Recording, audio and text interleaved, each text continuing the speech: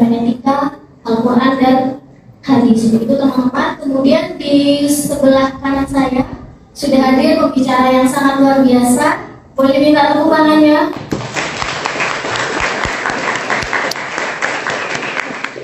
Mungkin bagi teman-teman yang sering main TikTok misalkan ya, atau misalkan Instagram, sering lewat ya FYP ngaji filsafat, ada quotes-quotes ya nggak? Quotes-quotes tentang kehidupan ya. Kemudian beliau adalah pengampunya ya, pengampu ngaji filsafat sejak tahun 2015. Masya Allah ya, sangat istiqomah sampai hari ini ya Pak. Sampai hari ini, boleh kita tepuk tangannya sekali lagi. Nah teman-teman, hari ini tapi beliau agak sedikit berbeda ya, tidak berbicara mengenai tadi ya filsafat yang biasa beliau ampu di Masjid Jenderal Sudirman, tetapi hari ini beliau akan memaparkan ya tentang hermeneutika, Al-Quran dan hadis. Adapun sebelum itu izinkan saya untuk membacakan profil singkat dari beliau. Nama lengkap Dr. Haji Fahrudin Faiz, SAG MAG. Saat ini mengajar di program studi Akidah dan Filsafat di Fakultas Usuluddin dan Pemikiran Islam UIN Sunan Kalijaga, Yogyakarta. Dalam bidang pendidikan, beliau S1 di IAIN Sunan Kalijaga, lulus tahun 1998. Teman-teman belum ada mungkin ya.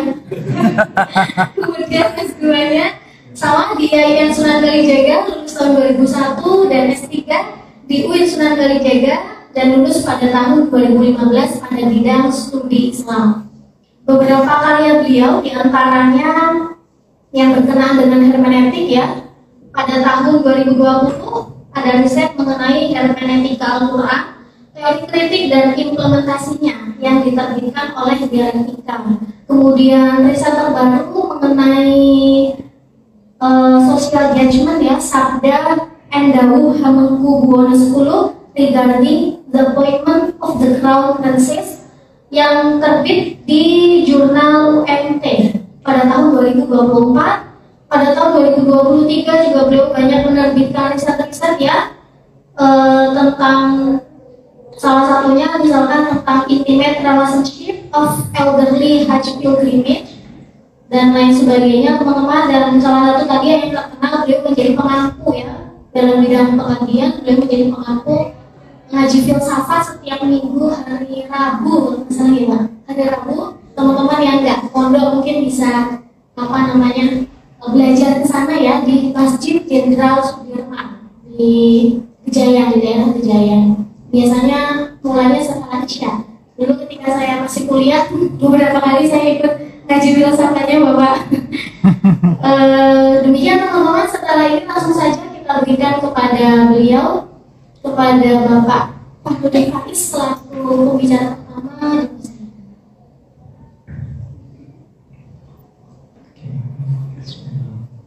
Assalamualaikum warahmatullahi wabarakatuh. Bismillahirrahmanirrahim. Alhamdulillahirabbil alamin. Wassalatu wassalamu ala asyrofil anbiya'i wal mursalin sayyidina wa maulana Muhammadin wa ala alihi wa ashabihi wa man tabi'ahum bi ihsanin ila yaumil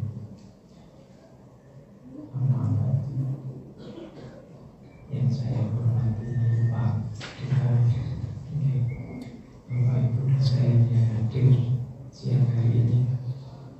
Ya saya sebut satu-satu nanti sebagian besar saya kenal cuma yang kan yang tak sebutnya kenal saja kan yang semuanya saja. Bapak Ibu yang hadir menemani adik-adik mahasiswa, tentu saja yang saya cintai, adik-adikku, anak-anakku, mahasiswa IIKI yang berbahagia. Semoga memang berbahagia ya. Tidak basa-basi, sampai tadi alasan apa untuk tidak bahagia. Jadi mahasiswa itu sudah sangat membahagiakan. Karena yang ingin jadi mahasiswa tidak bisa, sulit dan lain sebagainya. Maka tidak usah cari-cari alasan untuk tidak bahagia, kita sudah bahagia sebenarnya. Kemudian ini saya dapat amanat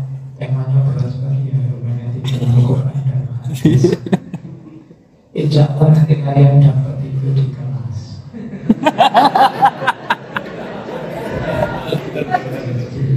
Siang hari ini jangan terlalu ambisius, kita nikmati saja siang hari ini. Entah nanti dapat apa. Kalau bagi saya momen seperti ini, cemilan saja. Nanti menu utamanya kalau kalian di kelas ya. Jadi cemilan tidak boleh terlalu banyak, tidak sehat. Karena yang keilmuan yang rapi terstruktur itu kalian dapatnya di kelas. Oleh karena itu ya kita nikmati saja. Saudara dapatnya siang hari ini dapat sesuatu, alhamdulillah, tidak dapatnya tidak apa-apa. Apalagi ini jam siang. Semoga sudah makan siang semua. Dan kalau sudah makan siang, biasanya tinggal ngantuk. Apalagi ini memangnya habis sabar, jadi siap-siap berjuang. Jadi berjuang untuk tidak ngantuk ya. Baik. Nanti materi pentingnya disampaikan oleh Mas Jafar. Sebelum materi isinya selesai. Baik, mungkin saya tidak tahu teman-teman, mungkin yang baru ya yang agak sedikit asing dengan istilah hermeneutik. Yang mahasiswa lama pasti sudah sangat sering, apalagi yang sudah lama di Jogja. Tentang apa itu hermeneutik. Yang ini saya ingin mengajak teman-teman belajar seperti mungkin malah belum yang terbalik. Kalau dalam bahasa saya ini semacam kesadaran. Jadi kalau dalam belajar hermeneutik itu ada istilah hermeneutical awareness, kesadaran hermeneutik. Kalau kesadaran ini belum muncul, kalian belajar teori hermeneutik yang mana saja akan kurang fungsional. Banyak orang yang belajar hermeneutik sangat dalam, meskipun sebenarnya dia anti hermeneutik. Jadi kesadaran hermeneutiknya belum muncul. Nah, siang ini saya membawakan itu saja ya, itu mendapat itu saja mungkin sudah lumayan untuk mengantarkan teman-teman nanti belajar hermeneutika Al-Quran dan hadisnya. Yang pertama, kesadaran hermeneutik ini banyak orang menyebutnya menguat lagi. Disebut menguat lagi karena hermeneutik itu sudah zaman Yunani kuno, era Aristoteles sudah ada. Cuma bidang ini menguat lagi di era modern pertengahan sebagai reaksi terhadap peradaban manusia yang terlalu mengandalkan logika.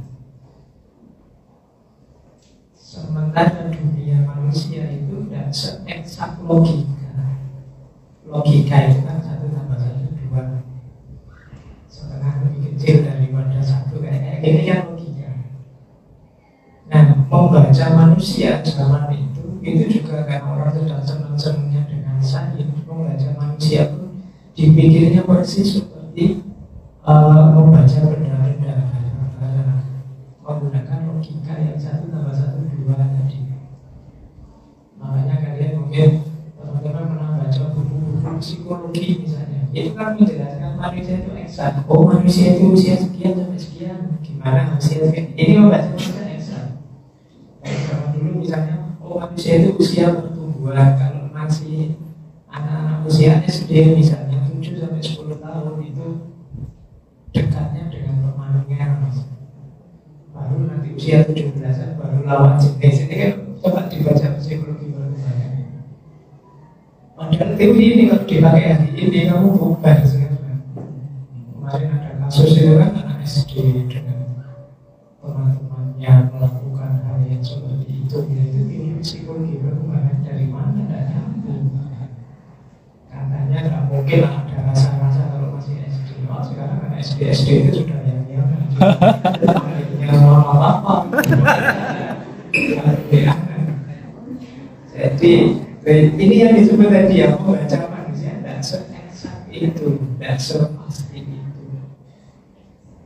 Itu yang kemudian terus orang apa ya teori yang pas untuk membaca hidup manusia yang dinamis, yang macam-macam, yang berubah, yang tidak pasti logika. Ayo saya tanya kalian, banyak uang senang nggak?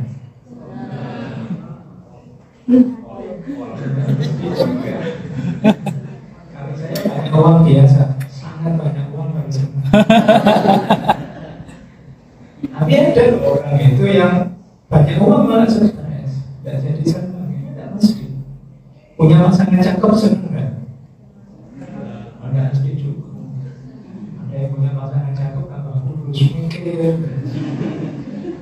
Jadi ditinggal cakep kayak gini, jalan-jalan di sana. Tapi kalau kodok dikodain orang. Tapi orang lain coba pasanganmu biasa-biasa yang cenderung jelek itu jangan ada yang bawa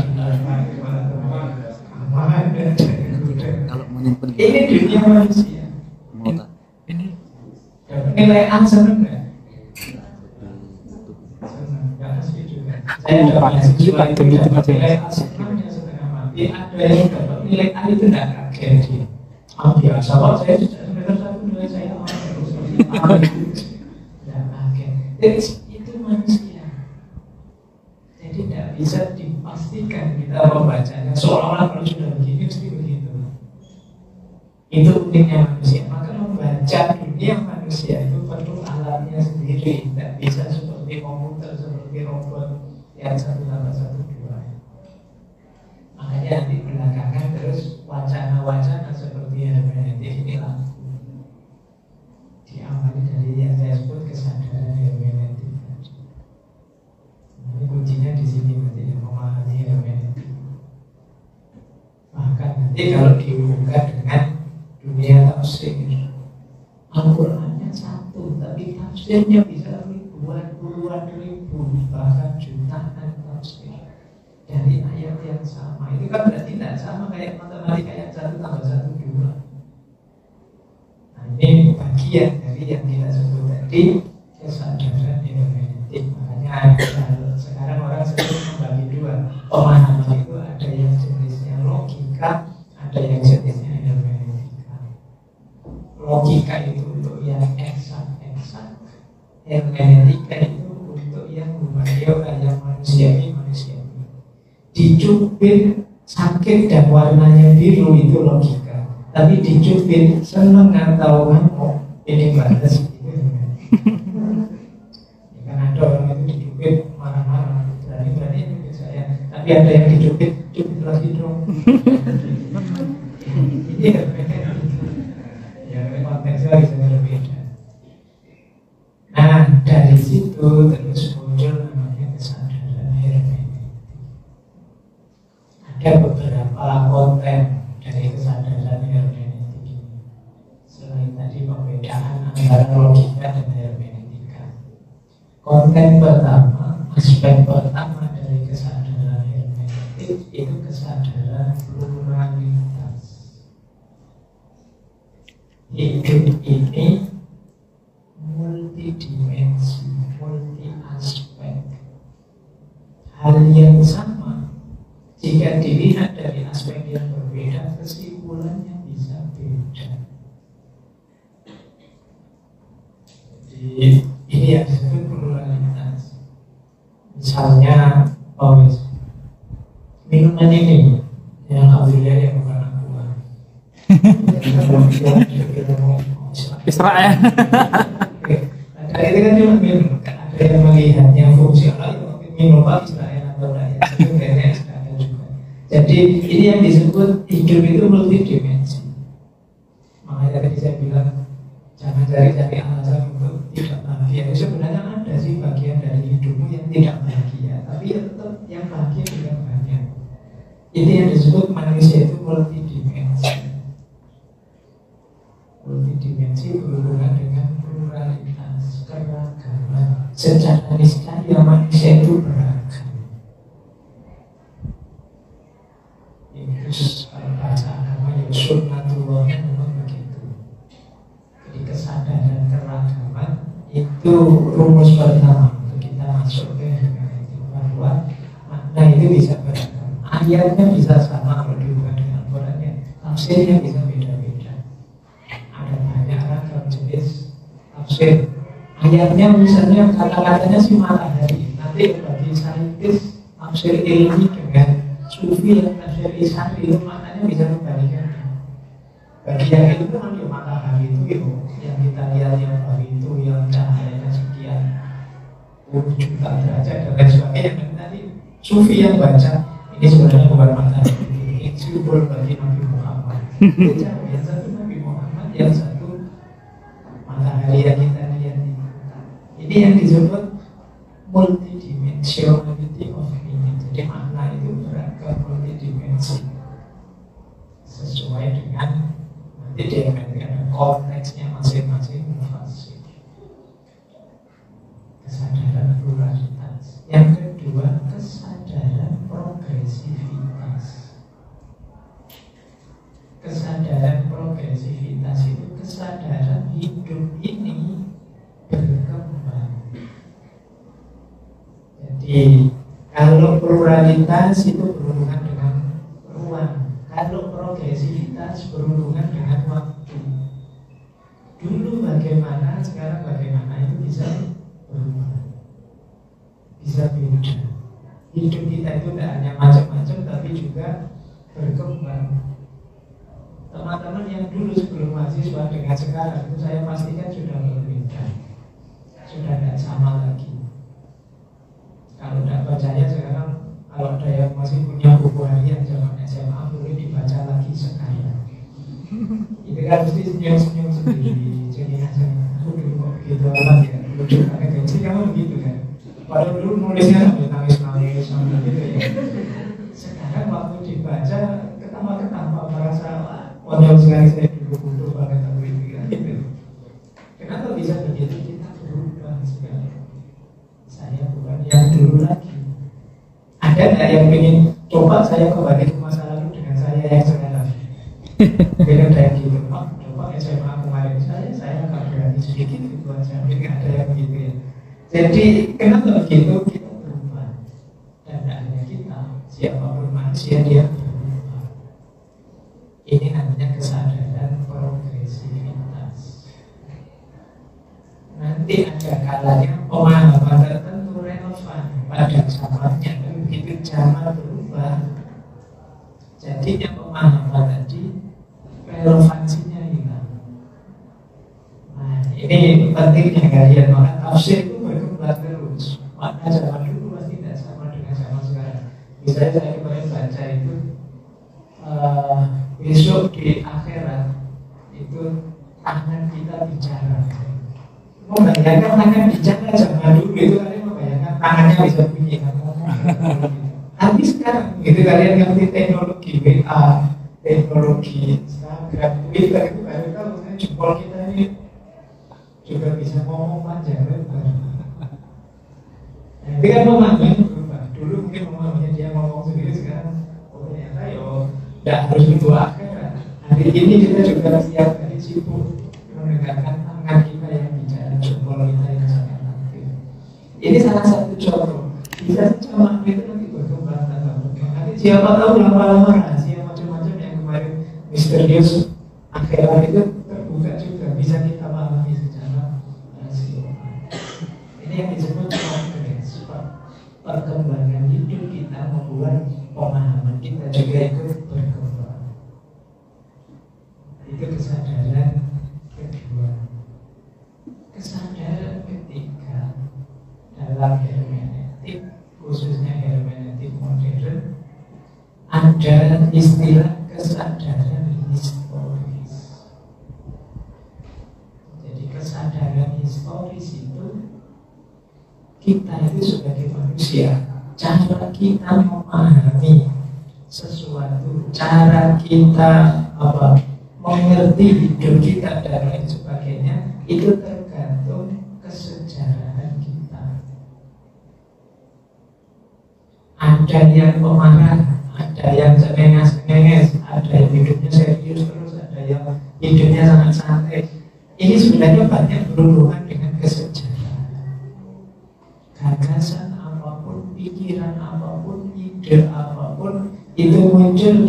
dalam konteks sejarah. Jangan heran kalau teman-teman melihat wah teman sak pondok itu beda-beda semuanya. Ya karena mereka punya sejarahnya sendiri-sendiri.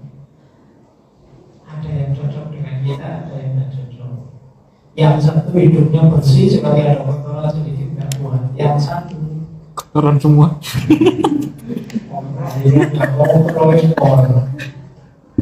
Jangan dikira yang sumpah yang bersih, yang kotor juga sumpah. Teman mau bersih yang sampai itu kan jangan. Kenapa ada tipe yang berbeda ini sejarah? Saya itu kadang-kadang kayak orang-orang tua didik anaknya itu, saya ada itu punya teman yang anaknya waktu bayi itu memandikan saja tidak berani, air biasa, selalu pakai air aqua gitu.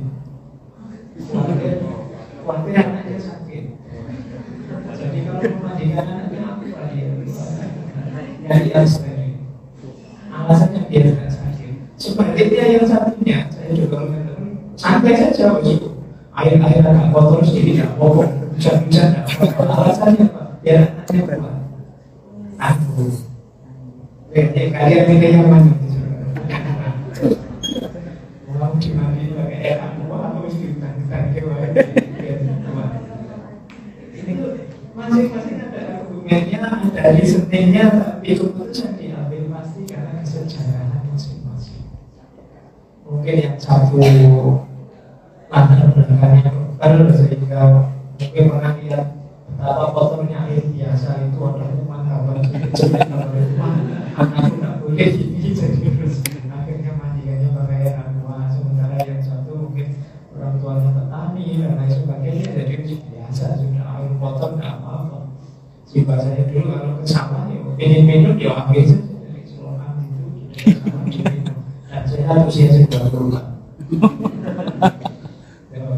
Itu bedanya, masing-masing punya historisitas sendiri.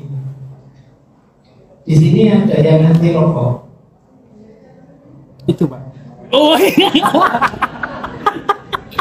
Anti rokok. Ada yang pro rokok. Ya, ada rokok. Itu kalau diteliti masing-masing pasti punya historisnya sendiri. Jadi gagasan anti rokok sama pro rokok itu punya sejarahnya sendiri. Pasti nggak tiba-tiba muncul dari lahir terus pokoknya masih ada histori. Ini namanya kesadaran historis. Makanya nanti dalam hermeneutik itu ada fenomena atau teks apapun kita diminta melihat konteksnya. Karena kalau lihat teksnya bisa saja orang salah paham. Bisa saja terus kamu kok nggak mau merokok padahal mana dalilnya ada yang bekas rokok haram. Kamu nggak cek, lu dia nggak mau merokok itu bukan urusan dalil, dia sebelumnya punya sakit paru-paru. Itu namanya konteks. Jadi kalau nggak ngecek konteksnya kita akan salah paham. Jempol artinya apa? Bagus, tapi kalau hati-hati bisa konteksnya bisa macam-macam. Misalnya ada mahasiswa pamit ke saya kemarin semester lalu, Pak mohon maaf ya Pak, semester ini itu dari 14 kali pertemuan saya hanya bisa masuk 1 kali. Nah, terus saya bilang, bagus. Ini kan bagusnya maknanya beda, bukan bagus yang muji, ini bagusnya bagus menertawakan.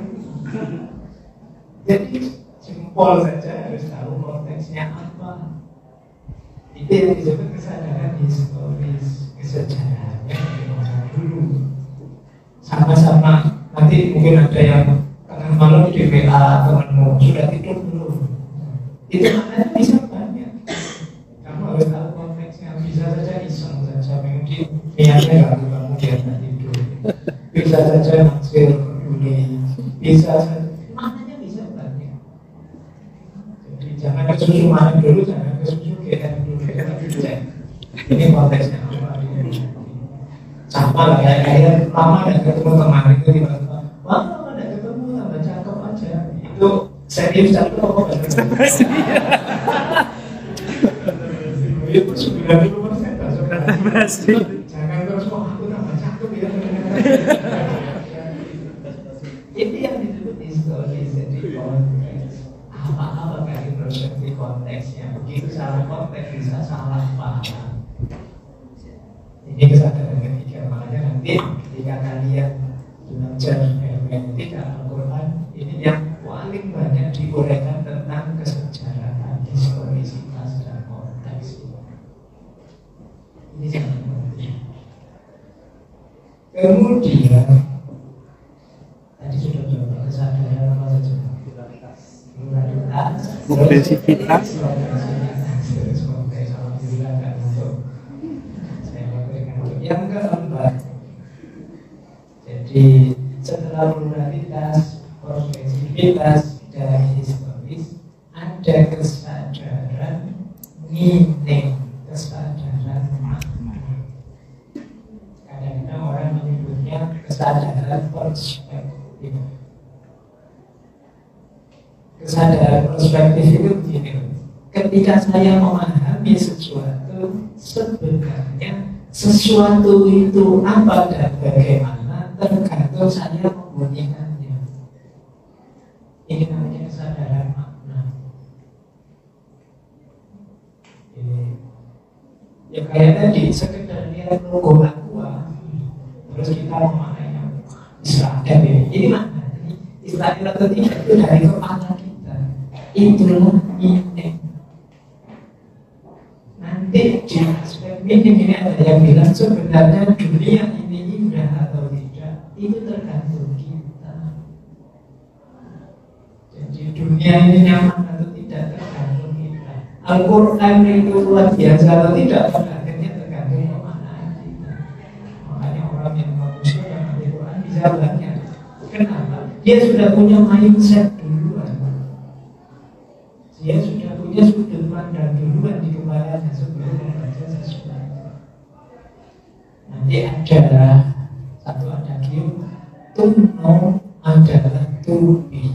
To know itu pengetahuan, mengetahui, to be itu seperti apa diri kita dan dunia ini. Candra pandang kita, mindset kita menentukan dunia kita. Makanya teorinya nanti jadi luas jadi jauh. Kita itu ternyata tidak pernah berhenti di fakta, selalu lanjut ke makna-makna. Sekedar nonton misalnya apa, ada tembok retak gitu, kamu tidak pernah berhenti, oh temboknya retak, kita terus masuk ke makna itu. Itu kami korupsi. Oh sekarang mungkin sedang gara-gara musik yang panasnya luar biasa ini, dan lain sebagainya, itu tempelan kita. Faktanya misalnya kalian diputus pacarmu, itu kan fakta.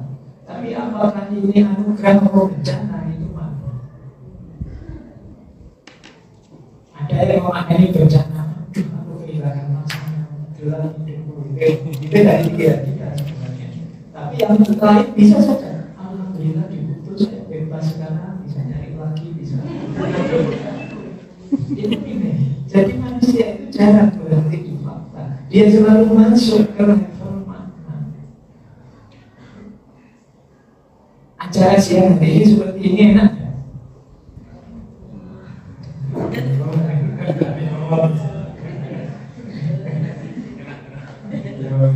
Ya tentu saja dia bilang enak, ada yang bilang tidak enak. Enak dan tidak enak itu makna. Kalian mungkin ada yang terbiasa tidur siang. Ini sekarang tahun pertama masuk pondok, siang-siang disuruh kelas terus belajar, sangat luar biasa. Tapi ada yang kebiasaannya tidur pagi. Enak siang-siang gini, malah kelas pagi-pagi susah saya malah. Jadi meaning dari kita, ya tentu saja tadi berhubungan dengan historisitas. Jadi ada makna, kemudian ada dari situ kita memandang dunia ini dengan makna yang kita miliki. Inilah aspek keempat ya, dari kesadaran hermeneutik. Jadi kesadaran tentang makna dan perspektif. Baik, kesadaran yang terakhir yang berhubungan dengan hermeneutik ada istilah kesadaran logosentris. Ini istilah bagi kesadaran logosentris itu kesadaran bahwa manusia itu punya logosnya sendiri-sendiri. Logos itu cara berpikir, cara bernalar. Setiap orang, kita punya lembaga kita sendiri, punya visi misi tujuannya sendiri. Ini contoh logos. Oh, kalau kayak ini seperti ini, kalau kayak ini seperti itu, kayak ini namanya logos. Setiap kita punya logos kita sendiri-sendiri. Sehingga ketika kita memahami sesuatu, termasuk memahami Al-Quran, sangat mungkin kita melahirkan makna yang tidak sama. Saya filosof, Mas Jafar, ya untuk filosof ya Mas. Terus ada yang ahli syariat fikih, nanti ada yang masing-masing ini mungkin cara mikirnya beda, membaca ayat yang sama itu sangat mungkin pemahamannya bisa beda. Kenapa? Logosnya beda.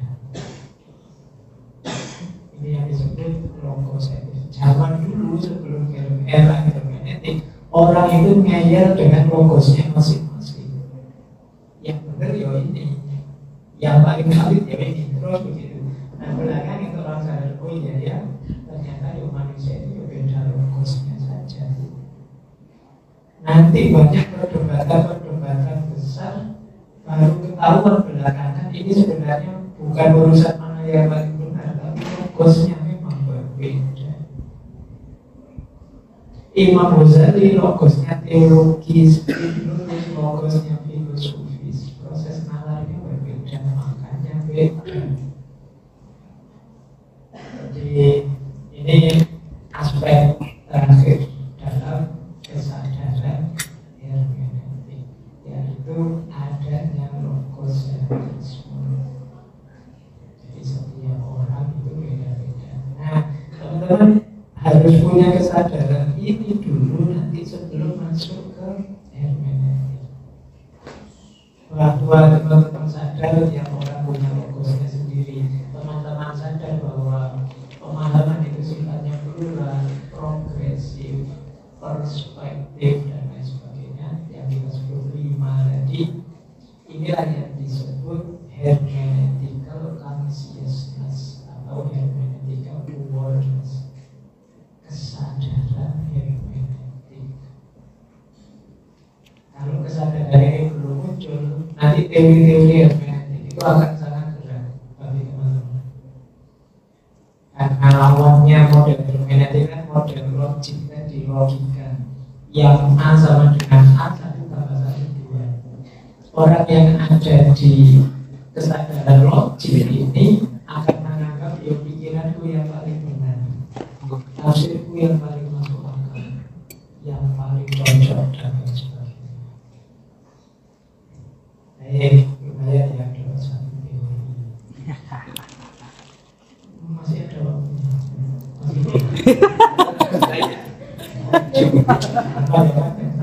Cemilan kalau terlalu banyak kalian tapi detailnya tetap di terus saya lanjutkan. Nah, dalam sejarahnya nanti ada macam-macam model hermeneutik. Tapi secara umum ada 4 formula. Yang pertama model konservatif, yang kedua model dialogis, yang ketiga model kritis, yang keempat model analisis.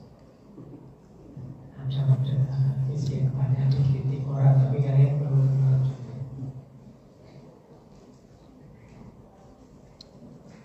Yang pertama model konservatif. Model konservatif itu ketika membaca teks termasuk Al-Quran tujuannya adalah ingin paham apa maksudnya teks. Ini kayak perkara disebut konservatif di mana-mana orang begitu. Di mana-mana orang itu kalau baca buku ingin paham maksudnya buku, tapi kan ini ngomong nanti ada yang berbeda. Tapi ini kayak perkara. Jadi jangan dikira tafsir kita yang kemarin itu tidak masuk skema yang nanti di hermeneutika konservatif ya ulumul Quran lama ini jalan semua masih dipakai semua. Cuma nanti ada kesadaran baru kita. Jadi ini yang konservatif. Dan ketika kalian membaca Al-Quran, misalnya kalian ingin tahu apa sih yang diinginkan oleh Allah, apa sih yang dimaksud oleh Allah. Nah, ini gaya pertama. Kalau baca buku yang kalian ingin maunya pengarangnya ini bagaimana? Ini gaya pertama. Tapi di kelas nggak seperti biasa. Yang kedua ada gaya dialogis. Kadang-kadang orang menyebutnya gaya filosofis. Disebut dialogis karena kalau di yang pertama kan sifatnya objektif. Saya membaca objek teks. Saya tidak boleh ikut-ikutan. Saya hanya misalnya membunyikan maksudnya teks. Tapi di yang kedua sifatnya lebih subjektif. Kalau tadi yang pertama apa sih maksudnya menulis teks? Kalau yang kedua ini titik tekannya tujuannya apa saya menafsirkan teks. Makanya disebut dialogis, filosofis. Jadi makna itu bukan saya keluar dari diri saya, tapi teksnya saya masukkan dalam diri saya.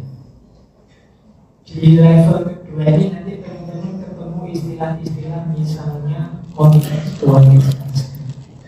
Kontekstualisasi itu memahami teks kemudian kita bunyikan sesuai situasi kita sekarang dan hari ini. Namanya kontekstualisasi. Jadi kalau di yang pertama kita keluar memahami teksnya terus menemukan maknanya. Kalau di yang kedua teksnya yang kita panggil masuk dalam diri kita terus ini kalau untuk konteks saya begini. Makanya ada yang bilang ini jenis kedua ini jenis yang suci. Jadi misalnya yang wala tak terusina kalau kita masukkan dalam diri kita, oh berarti dalam hidup ini saya tidak boleh begini, tidak boleh begitu. Untuk konteks hidup saya berarti ini namanya kontekstualisasi. Untuk situasi saya hari ini mungkin tidak boleh baca, tidak boleh terlalu banyak lihat Twitter karena sekarang banyak yang negatif, tidak boleh terlalu banyak. Jadi mendekati sini maknanya bisa macam-macam sesuai konteks kita. Nah ini versi kedua. Jadi yang tadi kita berjalan keluar, yang ini kita masukkan ke dalam. Namanya hermeneutika dialogis atau filosofis. Nanti kalau lahir makna, yang kedua ini yang makna versi yang membaca. Kalau di yang pertama makna sesuai tujuan yang menulis. Ini bedanya yang pertama dengan yang kedua. Terus ada lagi yang ketiga. Yang ketiga ini namanya hermeneutika kritis.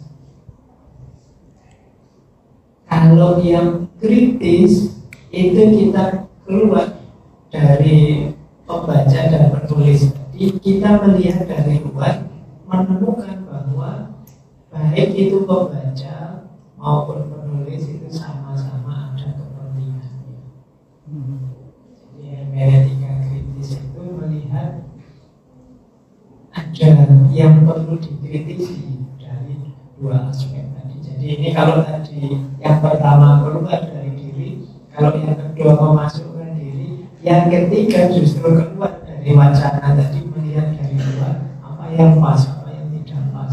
Oh pantas dia memaknai begitu karena dia kepentingannya ini sehingga hermeneutika kritis. Oh pantas dia memaknainya kampus sekali dia dari aliran itu sehingga hermeneutika kritis. Jadi melihat dari luar kemudian menemukan makna pas, makna yang sesuai. Baik, pembahasan dulu. Kok masih ada hal lagi yang bisa? Lanjut ya. Kalau adanya banyak, kalau adanya 5 sampai catat. Jadi kita lanjutkan ya. Jadi kita tahu sudah ada konservatif, ada teologis, dialogis, ada kritis. Ada yang keempat, analisis. Analisis ini versi ekstrimnya bentuk kedua. Bentuk kedua yang subjektif tadi. Kenapa disebut versi ekstrimnya bentuk kedua? Karena di analisis orang secara sengaja mendahulukan kepentingannya. Teks atau ayat dipakai untuk menjustifikasi kepentingan tadi. Ini yang kalau menurut tokoh hermeneutik Nasr Abu Zaid ini disebut pembacaan ideologis. Jadi orang secara sengaja saya punya kepentingan ini. Oh, kalau begitu saya pakai ayat ini yang cocok dengan kepentingan saya. Jadi kepentingannya dulu. Zaman saya itu dulu tahun 80-an Orde Baru, saya pernah dicaci buat saya kampanye P3. Zaman itu partainya cuma 3, P3, Golkar, PDI. Kebetulan P3 ini kan kalau kapal nomor 1. Itu kiainya waktu kampanye pakai ayat kul huwallahu ahad. Jadi ahad itu satu, makanya orang Islam itu nyoblosnya ada di kita. Ya, ini salah satu contoh pemaknaan secara analisis tadi. Berarti yang Golkar beda lagi. Yang Golkar pakai ayat ana wa kafilul yatim hakadha fil jannah. Saya dan ayat ini begini.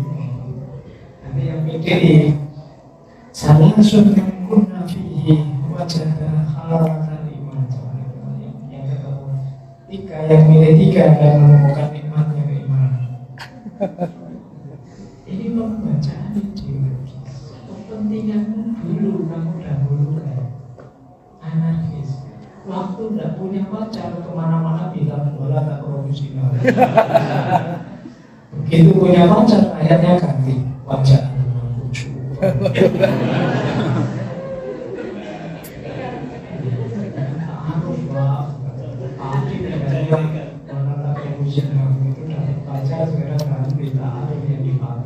Ini pemaknaan analisis. Jadi kepentingannya dulu. Ayo ketemu banyak nanti dari sekeliling kita. Jadi teman-teman ada 4 model ketika seseorang mengambil pendekatan hermeneutik. Ini sebenarnya berarti sangat luas hermeneutik itu. Yang konservatif pun termasuk hermeneutik dengan gayanya sendiri. Yang filosofis dialogis pun termasuk hermeneutik. Kritis juga hermeneutik, biasanya anak-anak kampus itu banyak model kritis, analisis juga termasuk di antaranya. Makanya ya kita sebenarnya menggali lebih jauh seperti apa. Kadang-kadang yang tadi kita ketawakan yang analisis itu jangan-jangan diam-diam sering kita pakai. Jadi Al-Quran itu kita posisikan hanya untuk menjustifikasi pikiran dan kelakuan kita saja. Meskipun kalau di teori gini kalian mau menitik, oh kalau gitu kok Al-Quran tauhid, kita tiap hari begitu. Kita nyari ayat yang cocok saja, sesuai saja dengan kepentingan kita. Baik, ada berdua yang namanya yang kedua kategori hermeneutik. Terus masih ada benar Mbak, sudah ya. Sampai materi ini saja. Oke, jadi ini saya jalan dulu dari saya ya. Bilang cemilan, jadi sisanya nanti akan dilengkapi oleh Mas Jafar. Materi ini Monggo saya. Baik, terima kasih atas penjelasannya Bapak Kamudin Faiz. Masih semangat teman-teman? Oke, saya punya intermezzo sedikit ya. Kalau saya bilang Fakultas Usuluddin, teman-teman bilang luar biasa gitu ya. Boleh? Boleh. Oke, Fakultas Usuluddin Luar biasa. boleh sekali lagi, tadi masih ada yang main HP. Fakultas Usuluddin Luar biasa. terima kasih. Dan boleh minta tepuk tangannya buat menginap. Assalamualaikum warahmatullahi wabarakatuh. Bismillahirrahmanirrahim. Alhamdulillahirabbil alamin wa bihi nasta'inu ala umuri dunya waddin. Wassalatu wassalamu ala asyrafil anbiya'i wal mursalin sayyidina wa habibina wa syafi'ina wa maulana Muhammad wa ala alihi wa sahbihi ajma'in. Rabbi shrah li sadri wa yassir li amri wahlul 'uqdatam min lisani yafqahu qawli. Yang saya hormati Bapak Dr. Kamudin Faiz sebagai pembicara utama pada seminar nasional hari ini. Beliau adalah guru saya. Yang saya hormati Bapak Rektor Anur, kemudian yang saya hormati juga Bapak Dekan Usuluddin dan seluruh jajaran dosen, kolega di Anur dan kawan-kawan mahasiswa tinggi yang saya cintai. Oke, sangat berat sebenarnya membicarakan hermeneutika Quran bersama Pak Faiz ya, karena beliau ya kalau bicara hermeneutika filsafat guru kita semua. Sedikit refresh romantik ya, mengingat sejarah historisitas diri saya, kesadaran histori saya tentang diri saya dengan Pak Faiz ya. Dulu di tahun 99 itu saya masuk IAIN Sunan Kalijaga sebagai mahasiswa baru di Akidah Filsafat. Kebetulan Pak Faiz ini adalah dosen baru kan waktu itu, karena kebetulan Pak Faiz itu lulus di IAIN 98 lalu langsung jadi dosen baru. Tahun 99 saya jadi mahasiswa sama dengan Pak Rektor. Kemudian Pak Rektor di TH dan saya langsung jadi murid beliau. Dan yang paling saya ingat dari beliau ketika menjelaskan misalnya waktu itu tentang epistemologi. Dan kekaguman saya pada beliau itu ini Pak, berujung pada saya memilih beliau waktu itu jadi pembimbing skripsi saya. Jadi panjang sebenarnya romantika ini apa, ingatan tentang Pak Faiz. Beliau jadi pembimbing skripsi dua saya waktu itu, sedangkan pembimbing pertama itu Bapak Dr. Iskandar waktu itu. Lalu sesudah saya lulus dengan tanda tangan beliau, saya hijrah ke UGM, lalu balik lagi ke IAIN. Jadi sesungguhnya ya pemahaman kesadaran mengenai hermeneutik filsafat itu banyak dapat sumbangsi dari beliau. Meskipun saya mengenal lebih dalam mengenai hermeneutika itu justru di UGM. Kalau di mana? Di IAIN waktu itu lebih banyak pada konteks filsafat secara umum, khususnya filsafat Islam. Oke, kita ini apa? Kembali ke tema inti kita. Tema inti kita itu adalah hermeneutika Quran dan hadis, seni memahami teks dan tradisi. Tapi guru kita Pak Faiz memulai dari bahwa apa yang disebut dengan hermeneutik itu dimulai dari persoalan kesadaran. Makanya ada sebuah kesadaran hermeneutik. Dan menurut beliau ada berapa? Ada 4 kategori kalau nggak salah tadi. 5 kategori kesadaran. Yang pertama itu adalah tentang pluralitas, progresivitas, historisitas, maknawi, dan logosentrisme. Oke, kita mulai dari problem kesadaran, karena beliau sudah memulai dari problem kesadaran. Kalau dikaji lagi, kalau dikatakan bahwa inti dari hermeneutika itu adalah cuma kesadaran, sebenarnya kesadaran itu apa sih? Beliau kan seorang filsuf, saya membaca seorang filsuf ketika menjelaskan mengenai hermeneutika. Nanti juga di slide banyak pandangan-pandangan dari para filsuf mengenai apa itu sebenarnya memahami.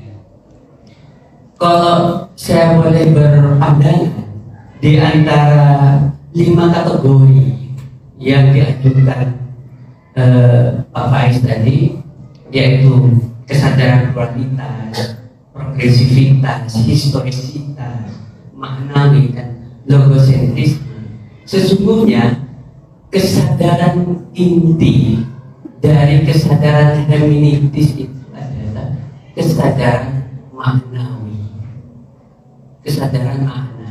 Apa maksudnya? Kesadaran maknawi itu adalah kesadaran mengenai bahwa diri manusia itu adalah makhluk bahasa. Dalam konteks ini misalnya Ernest Cassirer mengatakan bahwa manusia itu animal simbolikum. Sebelum manusia mampu berpikir, sebelum kita mampu mengklasifikasi apakah kesadaran hermeneutik itu punya kategori 5, manusia itu memiliki kesadaran tentang bahasa, tentang makna. Karena banyak filsuf yang mengatakan misalnya bahwa bahasa adalah rumah dari ada. Kata ada yang pernah dengar? Martin Heidegger. Kata Martin Heidegger itu bahwa bahasa adalah rumah ada, ya, rumah dari ada. Dan keberadaan adalah esensi dari segala sesuatu sebelum kita membicarakan banyak hal. Makanya di situ kalau si Martin Heidegger terkenal dengan hermeneutika dasarnya atau hermeneutika faktisitas, bahwa kesadaran tentang diri yang terlempar di sini itu menjadi awal tentang kesadaran yang lain. Kesadaran historisitas ini bagian dari kesadaran faktisitas itu. Tetapi kesadaran tentang diri bahwa kita ini ada di sini sebagai dosen, sebagai mahasiswa, itu berada di dalam konteks bahasa.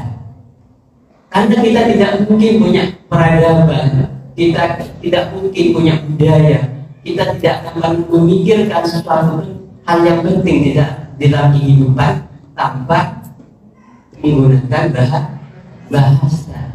Jadi pertanyaan misalnya tentang hakikat diri kita, tentang hakikat manusia, kalau ada yang menjawab bahwa hakikat manusia itu adalah makhluk yang berpikir, sebelum sampai pada kenyataan kita sebagai entitas makhluk yang mampu berpikir, sebenarnya sebelum mampu berpikir, kita itu harus memiliki kesadaran bahwa kita tidak bisa berpikir tanpa memiliki bahasa. Karena itu lalu di dalam Al-Quran misalnya wa 'allama Adama al-asma', jadi Tuhan mengajarkan bahasa, mengajarkan tanda. Nah, terkait tanda dan bahasa itu lalu kita menghadapi problem makna,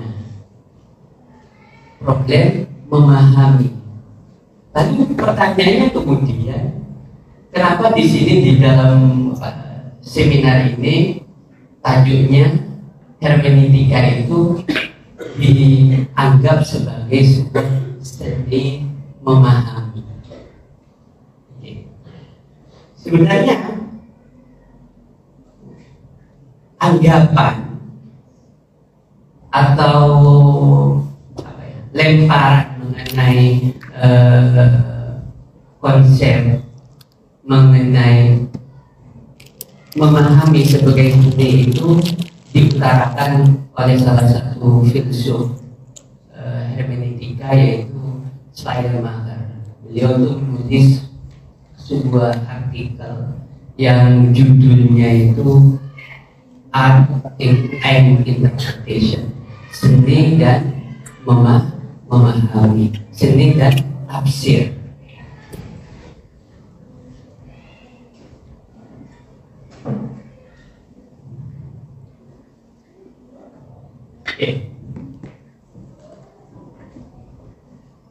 Lalu kenapa aktivitas memahami itu dianggap sebagai sebuah seni?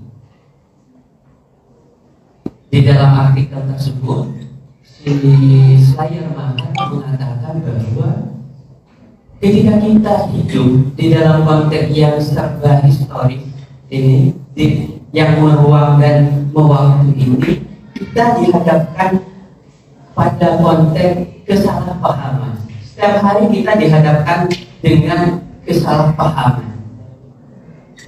Kenapa? Kita hidup dengan beragam kesalahpahaman tentang sesuatu yang di luar diri kita.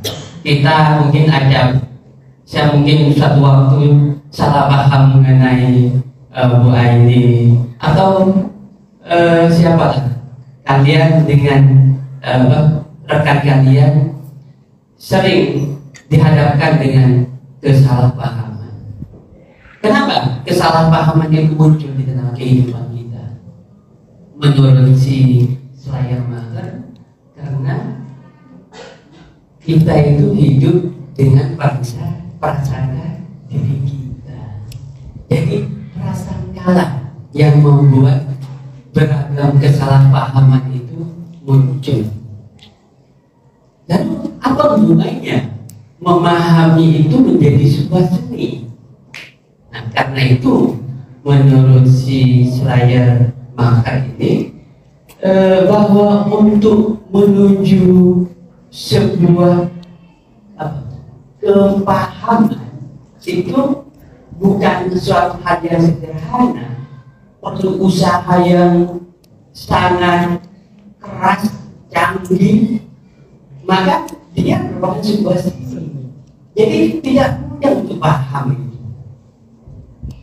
Belajar filsafat itu, kalau Pak Faiz saya kira 30 sampai 40 tahun untuk memahami filsafatnya. Saya mungkin 40 ya, dan nggak paham apa itu filsafat. Jadi proses panjang,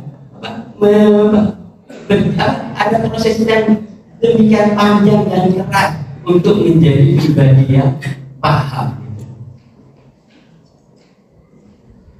Dan ada tata caranya yang ada metodenya untuk sampai kepada sebuah pemahaman. Karena itu si Schleiermacher lalu mengatakan bahwa memahami itu menjadi sebuah seni, karena seni itu adalah kepiawaian. Jadi proses memahami itu adalah proses kepiawaian.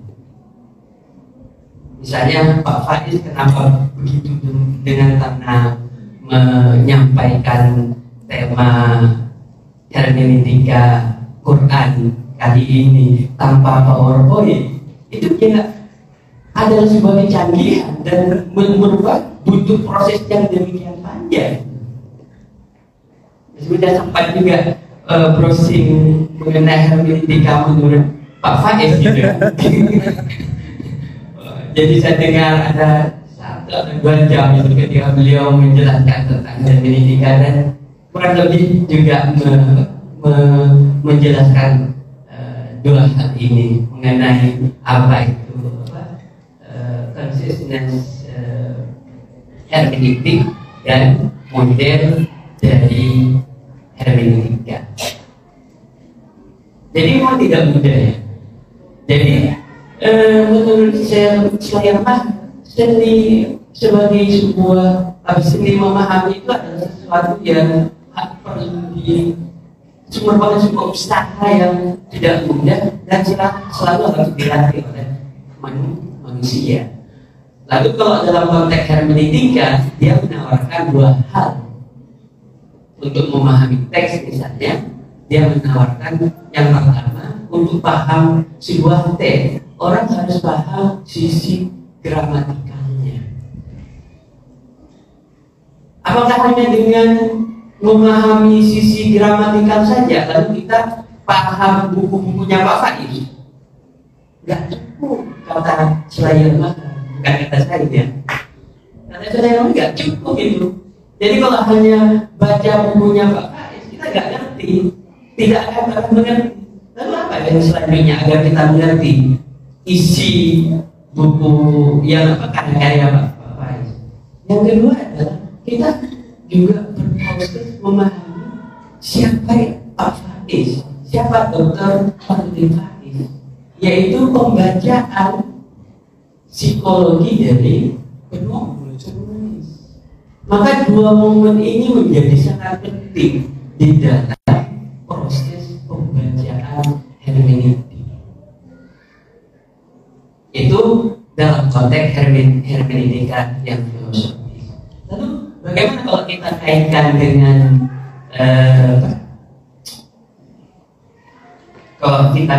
dengan hermeneutika Al-Quran atau tipologi penafsiran Qurani? Saya meminjam 3 model ini ya. Model pemikiran ilmu Al-Quran yang ditawarkan oleh Pak Sahiron, kolega Pak Faiz juga, dan merupakan guru saya juga. Beliau juga yang waktu itu 2002 memperkenalkan saya terhadap pemikirannya Syahrul. Kawan-kawan yang ngerti mungkin sebagian betapa kontroversialnya pemikirannya Syahrul ketika dia menjelaskan tentang iman dan Islam. Saya kan baru keluar dari pesantren gitu kan, kajiannya adalah turos-turos klasik, tiba-tiba dikasih tafsir yang subjektivis ala Syahrul. Kaget saya itu ketika akhirnya temuannya adalah rukun Islam itu 3. Yang pertama itu adalah percaya kepada Tuhan, yang kedua itu adalah percaya kepada hari akhir, dan yang ketiga adalah berbuat baik. Kagetnya apa? Ternyata Syahrul berlandaskan pada surat Al-Baqarah ayat 62. Kaget kok dengan anak baru ya, masih culun waktu itu kan. Meskipun sedang filsafat, tapi kan kaget ya.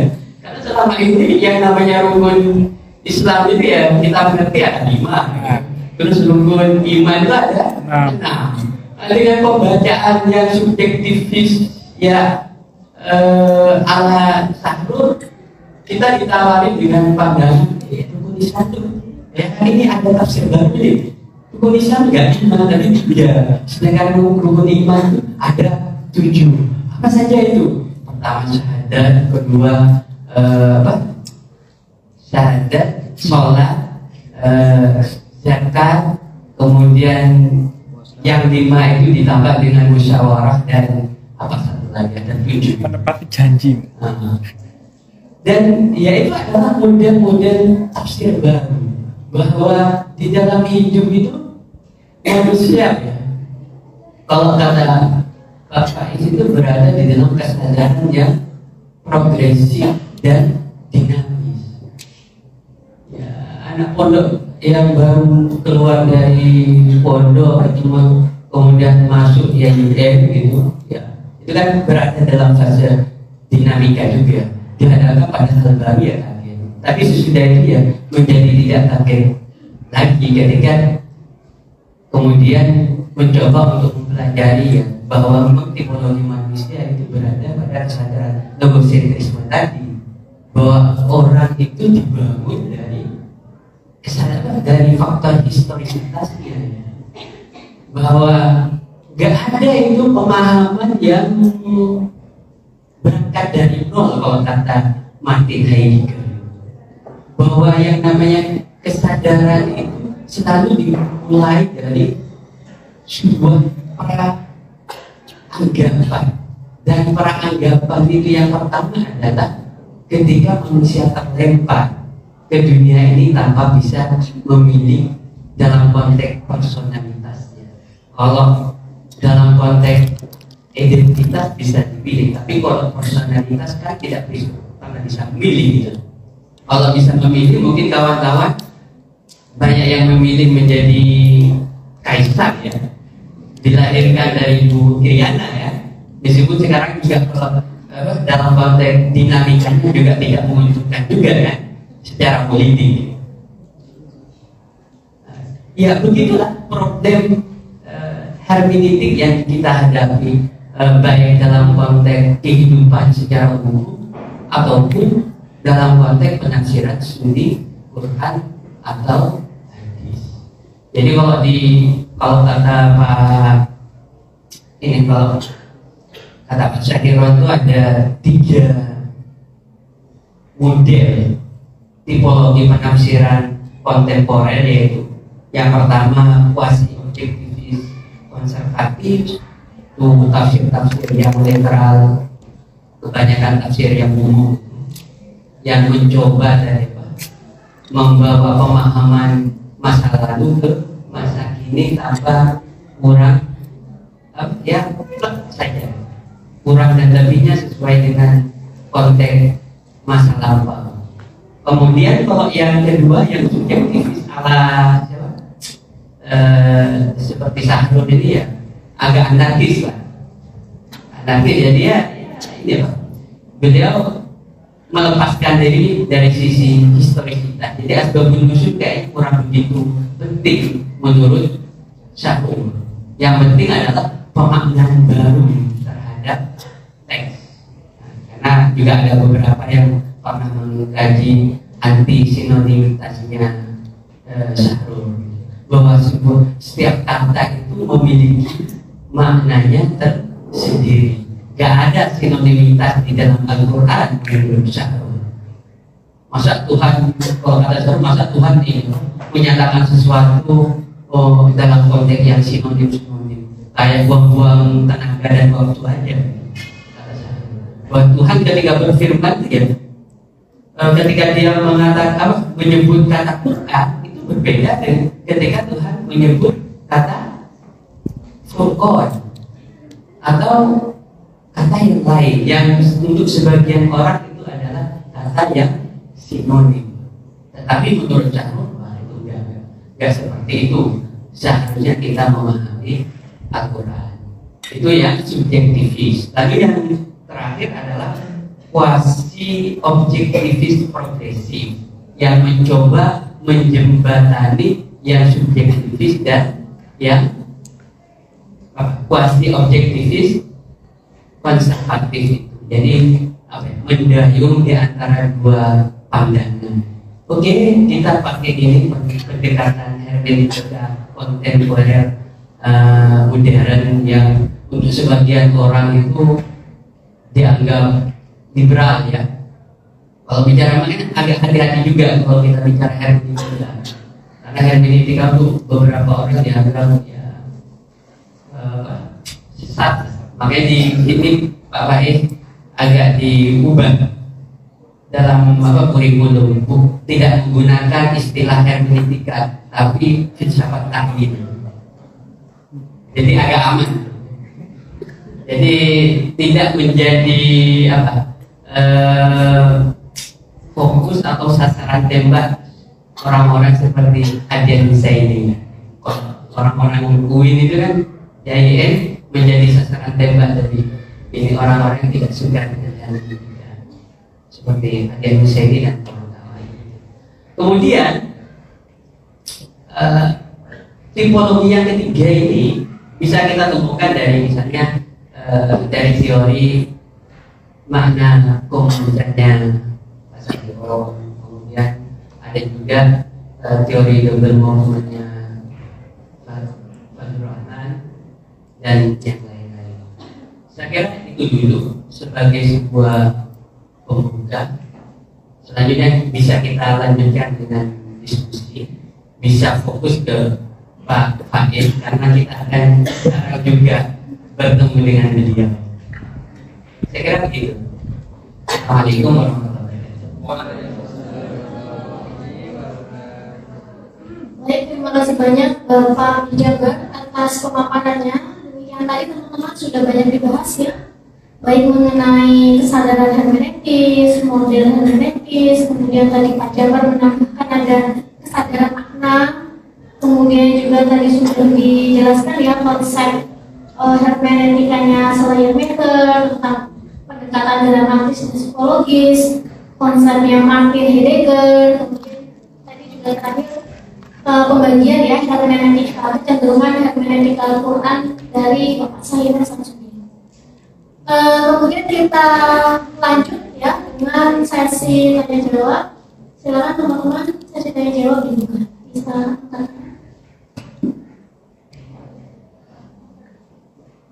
Oke,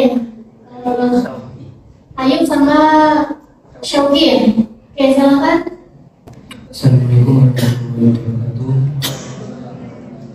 Langsung saja saya ingin bertanya tentang hermeneutika dalam bidang-bidang ilmu, karena saya juga semester 3 baru pertama kali mengenal filsafat takwil yang diambil oleh Pak Jabar.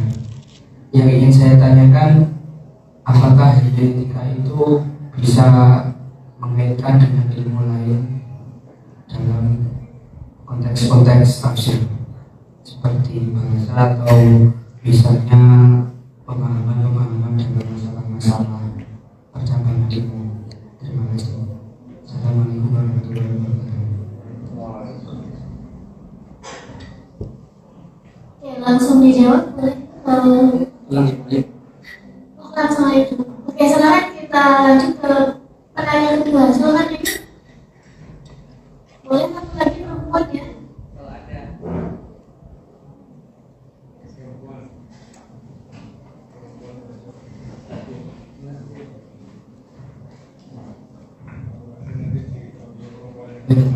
Assalamualaikum warahmatullahi wabarakatuh.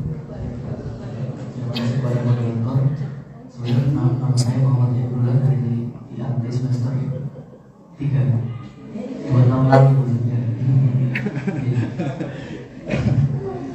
Ada yang ingin saya tanya kepada Pak Faiz dan juga Pak Jenter ya, Pak Karodi, Pak Abdul Jabar terkait dengan hermeneutika. Kita sekarang hidup di zaman lebih suka bertanya kepada ChatGPT daripada tanya kepada Pak Jabar langsung. Kita sekarang hidup di zaman kita lebih suka tanya ke AI daripada kita tanya ke buku.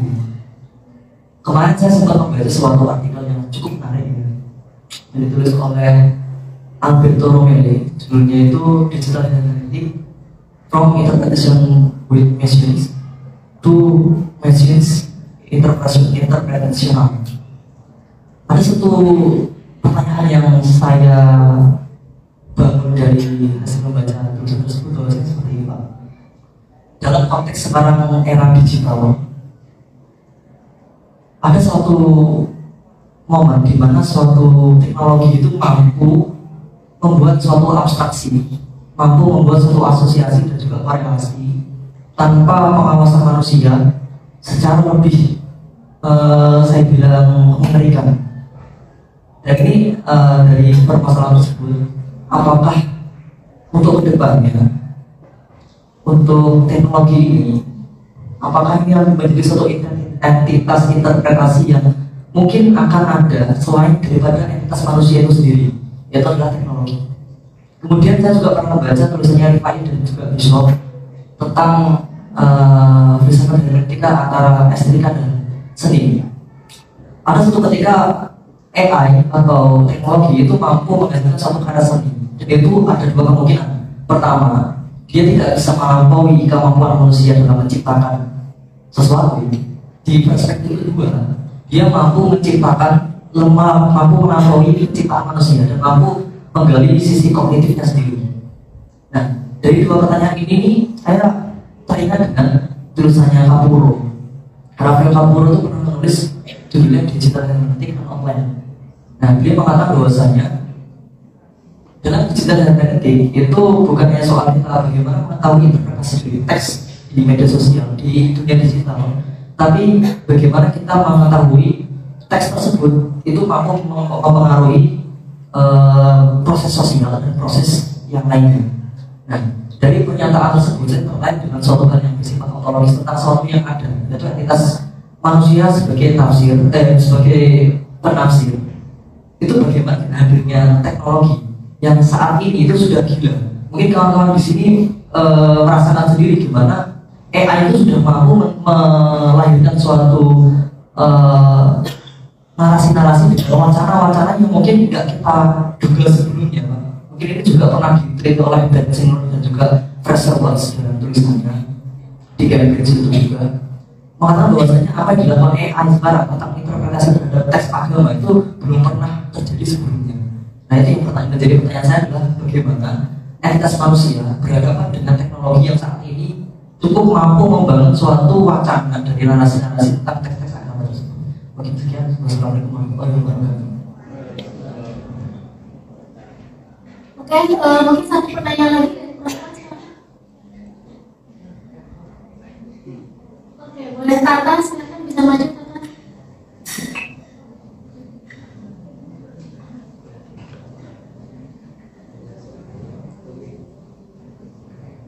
Assalamualaikum warahmatullahi wabarakatuh. Perkenalkan, nama saya Mutata. Saya dari semester 7.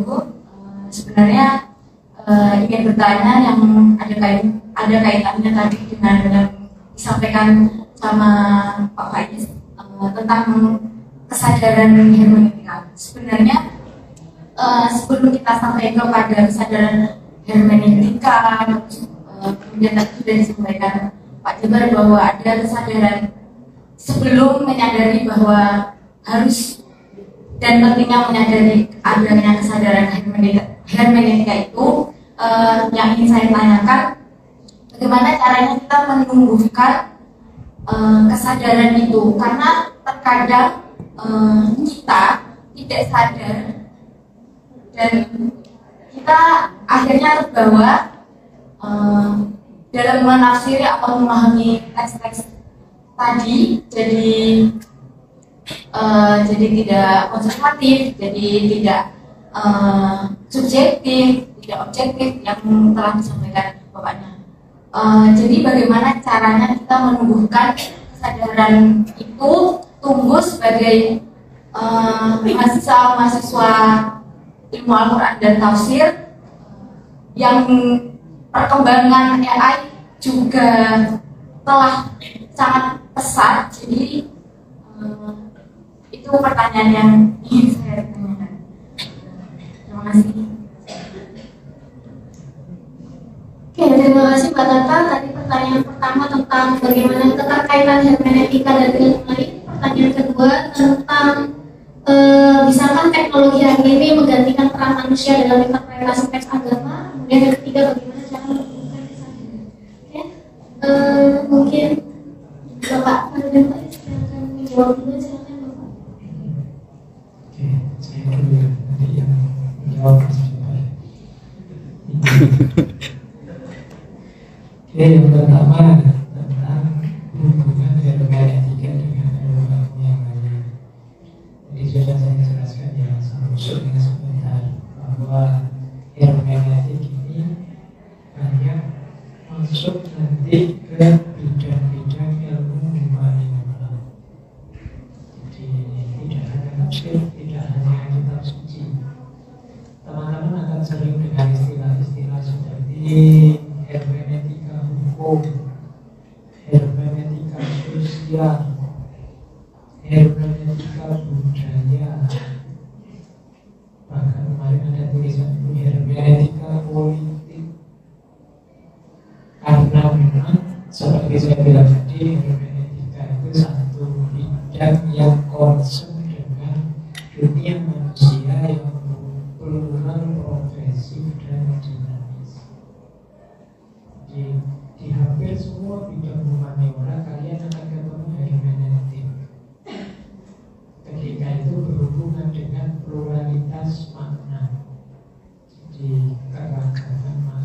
dibandingkan dengan yang dunia IPA, dunia logika yang maknanya lebih cenderung tunggal. Maka teman-teman kalau tertarik dengan misalnya Pak saya mau Pak ini, tapi kalau untuk tafsir saya masih ragu-ragu, masih berbanyak karena kajian hermeneutik yang lain misalnya yang masuk dalam itu. Baik, ya tentu saja kenapa begitu, karena ini yang dunia humaniora, dunia yang sifatnya relasional. Relasional itu senantiasa saling berkait, saling berhubungan, tidak bisa dibaca tunggal dari fakta ke fakta. Hukum misalnya kan yang bisa sudah diputuskan karena mencuri melanggar pasal sekian maka hukumnya ini kan tidak bisa begitu. Kadang-kadang harus ada hermeneutiknya, ini dipahami sesuai konteksnya dong, jangan dipahami kabur dong. Dulu orang mengkritik hukum yang sifatnya terlalu positivistik misalnya. Ada nenek-nenek mencuri kayu dan dia tidak tahu kalau itu kayu itu miliknya perusahaan perkebunan kayu, dia biasa saja mencuri, ngambil kayu untuk masak karena dia juga orang miskin. Tapi kemudian ditangkap, dituntut, dia divonis sesuai kayak memang orang maling yang karena memang dia jahat, dia tahu kalau itu maling dan lain sebagainya. Ini namanya nanti berhubungan dengan hermeneutika hukum. Gimana sih kita memahami hukum itu, haruskah sekaku itu atau seperti apa? Hermeneutika sosial misalnya bagaimana ketika orang berpikir di ranah sosial, nanti misalnya ada tokohnya namanya Habermas. Kalau dia Habermas ya kadang-kadang kebenaran itu antara kebenaran versiku dengan kebenaran versi bersama orang lain bisa berbeda. Jadi di ranah sosial saya harus begini kan, disepakati begini, tapi sendiri-sendiri kalau saya sendiri saya berpikir saya begini itu bisa begitu. Maka orang perlu hermeneutika sosial. Hermeneutika sosial itu yang kebenarannya disebut berdasarkan intersubjektivitas, kesepakatan. Mungkin tidak benar, tapi karena sudah disepakati ya itu yang jalan. Misalnya diskusi kita ini harusnya selesai setengah 4, terus ini masih jam 3:04, yuk kita sepakati, kita akhiri saja yuk. Nah, ini dia jadi kebenaran kita bersama. Malah yang tidak mau selesai dilamakan itu sudah disepakati, masih di sini sudah 3:04. Nah ini namanya hermeneutika sosial. Kebenarannya juga subjektif dan lain sebagainya. Baik, jadi hermeneutik masuk ke hampir semua ranah humaniora. Bahkan nanti fisika, biologi yang sudah mulai masuk isu-isu kuantum itu kadang ada juga. Ya sama seperti relativitas Einstein itu kan kadang ada bias subjektifnya. Kata Einstein ketika dia ditanya gimana sih Einstein mudahnya penjelasanmu tentang teori relativitas itu, kata dia ini teori relativitas itu kalau kamu misalnya ngobrol sama pacarmu 1 jam rasanya kayak 1 menit, tapi kalau kamu sedang duduk di atas kompor yang nyala 1 detik rasanya kayak 1 jam. Jadi durasi waktunya itu sama, tapi rasanya bisa jauh berbeda. Ini jenis hermeneutik, padahal itu dunia fisika. Yang kita sebut jauh, yang kita sebut dekat, yang kita sebut besar atau kecil itu bisa sangat kondisional. Jadi nanti bisa juga masuk ke ranah-ranah fisika yang coraknya kuantum, tema-tema kontemporer banyak bahas. Itu pertanyaan pertama. Jadi saya bilang tadi ini teman-teman masih baru di langkah awal, masih akan sangat luas. Dan hermeneutik apalagi nanti kalau lanjut S2, S3 akan sadar betapa luasnya wacana hermeneutik ini. Mungkin ada disebut hermeneutik juga tidak apa-apa, sama kayak saya di filsafat itu orang mengharapkan filsafat boleh saja, tapi yang tidak boleh tidak berpikir. Padahal yang kaitannya filsafat itu berpikir. Yang kedua, ini juga ketika hermeneutik masuk ke berbagai bidang, ada cabang baru namanya digital dunia kita hari ini itu 50% lebih di ranah digital. Kita harus punya alat khusus, cara pandang yang khusus antara dunia nyata dengan dunia maya. Yang itu tidak sama. Ada nggak di sini yang punya apa ya? Fake account. Akunnya di medsos ada yang asli, terus bikin yang palsu. Kalau dia palsu ini biasanya malah asli. Kalau yang asli kamu pencitraan saja biasanya baik soleh begitu masuk ke fake account mau kamu luar biasa. Ini makanya disebut ini baru pemahaman khusus karena digital. Nah bidang ini namanya digital hermeneutik. Dunia sosial tadi itu kayak tadi kan, hermeneutika sosial kita sepakati bersama maka jadi kebenaran. Di dunia digital yang kita sebut disepakati bersama itu bisa ada 1 orang dengan 1000 akun. Sudah 1000 orang setuju loh. Ada 1000 orang itu ya satu cuma akunnya 1000. Jadi kalian dibenci 1 orang, punya hater 1 orang, yang akunnya 1000 itu kalian dibenci 1000 orang. Yang paling kritik kamu. Hari ini ada istilah buzzer. Wah itu luar biasa. Saya pernah ditunjukkan kantornya buzzer itu di Jakarta. Kecil kantornya, tapi cepat. Nggak ada separuhnya ini kecil. Isinya laptop banyak sekali dan database masing-masing. Ada sekitar 8-10 orang di situ yang setiap orang akunnya ratusan. Tergantung yang order. Jadi siapa yang order menjatuhkan siapa atau mengangkat siapa. Semoga tidak negatif ya. Jangan dianggap peluang bisnis ini Pak. Jadi ya kalau kita ya yang digital ya kamu bikin platform baru misalnya tampil digital, istiqomah digital itu ya itu peluang kalau saya nggak masalah. Saya punya teman itu punya ini masih belum digital sih, masih dunia nyata. Dia punya grup tampil keliling di Jakarta. Oh itu laku dia. Kalau ada orang meninggal, jangan orang Jakarta di Jakarta. Satu grup ini bisa banyak. Nah kemudian Pak, di antara yang menulisakan memang artificial intelligence, ChatGPT. Pertama mari kita maknai ChatGPT itu bagian dari kemudahan yang diberikan oleh dunia digital hari ini. Yang jelas kita tidak mungkin bisa mengelak dari perkembangan itu. Bapak Ibu dosen harus bisa mulai beradaptasi. Tidak bisa kita dengan cara anti ChatGPT, sama kita juga tidak bisa hari ini dengan anti smartphone, anti tidak bisa. Zamannya sudah datang. Kita yang harus mengantisipasinya. Banyak dosen sekarang Pak, biasanya saya tugasnya makalah, tapi yang anak itu kalau disuruh bikin makalah gampang. Harus berkreasi lagi bagi Bapak Ibu dosen yang bisa alat uji mengukur kemampuan mereka yang tanpa terkontaminasi ChatGPT. Itu tantangan sebenarnya yang bukan sesuatu yang harus dituliskan bagaimana. Jadi aspek-aspek artificial intelligence itu kan semua hasil kreativitas kita yang harusnya sekarang kita manfaatkan, tidak masalah asal kita ngerti batasnya. Sama kan dulu orang harus kita kuning itu harus pegang fisiknya.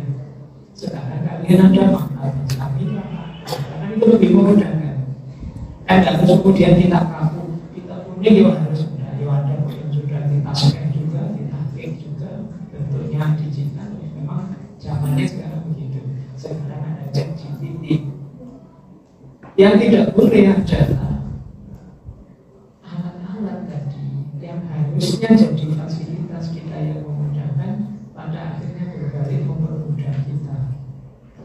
Ini nanti ada isu yang dikenal dengan istilah humanistic technology. Jadi manusia harus bersiap-siap untuk tetap bisa mengendalikan alatnya, bukan berbalik dikendalikan oleh alatnya. Secanggih-canggihnya ChatGPT, data yang ada di dia itu kan kita yang menyuplai. Kreativitas tetap ada di kita manusia. Paling banter ChatGPT itu melakukan kombinasi-kombinasi dari data yang dia